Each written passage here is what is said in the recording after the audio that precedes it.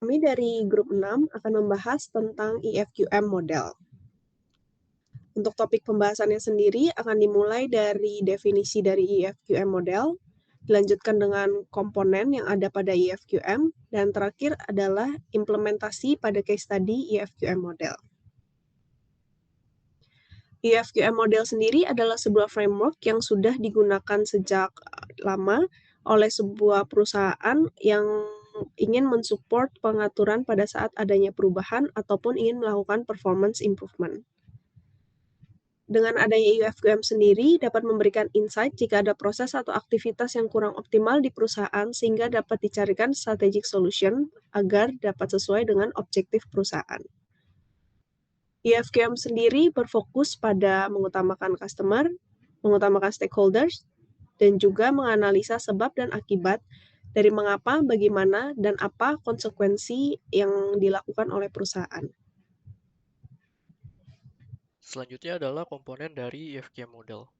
Komponen pertama adalah direction komponen. Direction komponen berkaitan dengan mengapa suatu organisasi ada, apa tujuan dari suatu organisasi, dan mengapa suatu strategi dipilih oleh suatu organisasi. Terdapat dua kriteria dari direction komponen. Kriteria yang pertama adalah purpose, vision, dan strategi. Purpose menjelaskan mengapa suatu organisasi itu penting. Vision menjelaskan visi atau tujuan jangka panjang yang dimiliki organisasi.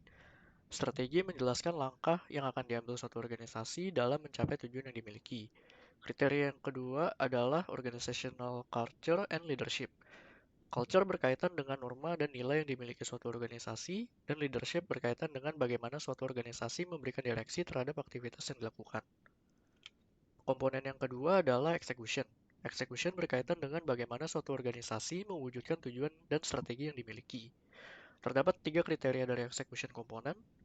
Kriteria yang pertama adalah engaging stakeholder, di mana pada engaging stakeholders ini dilakukan identifikasi setiap kategori, tipe, dan ekspektasi setiap stakeholder, serta mengikutsertakan stakeholder dalam pengerjaan proyek.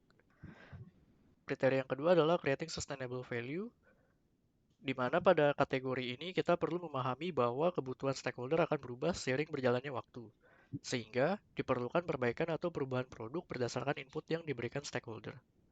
Kriteria yang ketiga adalah driving performance and transformation, yang berisi bahwa suatu organisasi perlu meningkatkan performa yang dimiliki serta menyiapkan rencana untuk masa mendatang. Komponen yang ketiga adalah result, yang berkaitan dengan hal apa saja yang sudah dicapai pada hari ini dan apa saja yang akan dicapai selanjutnya.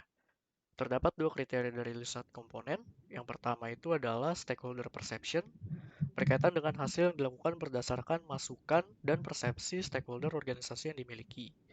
Kriteria yang kedua adalah strategic and operational performance, berkaitan dengan performa organisasi dalam berbagai aspek, yaitu kemampuan untuk memenuhi tujuan yang dimiliki, menjalankan strategi yang dimiliki dan menambah nilai jual, serta kesiapan untuk tetap eksis di masa depan. Selanjutnya adalah case study dari implementasi EFQM model pada BMW. BMW sendiri adalah sebuah organisasi yang bergerak di bidang otomotif dengan banyak inovasi yang terus berkembang lebih dari 100 tahun. Fokus utamanya adalah pada improving performance, kenyamanan, dan keamanan. Salah satu case di sini adalah BMW berinisiatif untuk mengarah ke electromobility dengan melaunching Project I. Project I ini diimplementasi secara global dan dengan target untuk mendeliver 100.000 electrified vehicles ke seluruh pelanggan di dunia. Dengan besarnya objektif yang ingin dicapai oleh BMW, perubahan di atas memerlukan visi dan misi yang jelas, begitu juga dengan strategi dan juga pengaturan perubahan yang sedemikian rupa. Sesuai dengan komponen EFQM yang sudah dijelaskan sebelumnya, BMW juga mengimplementasi komponen tersebut pada case-nya. Yang pertama adalah dari sisi purpose, vision, and strategy, di mana BMW yang bergerak di sektor otomotif ingin mengarah ke produksi mobil elektrifikasi. Dan juga selanjutnya adalah BMW juga menanamkan culture untuk meningkatkan keamanan, performa, dan kenyamanan dari kendaraan yang dipakai dengan cara mengambil langkah mengimplementasi Project I.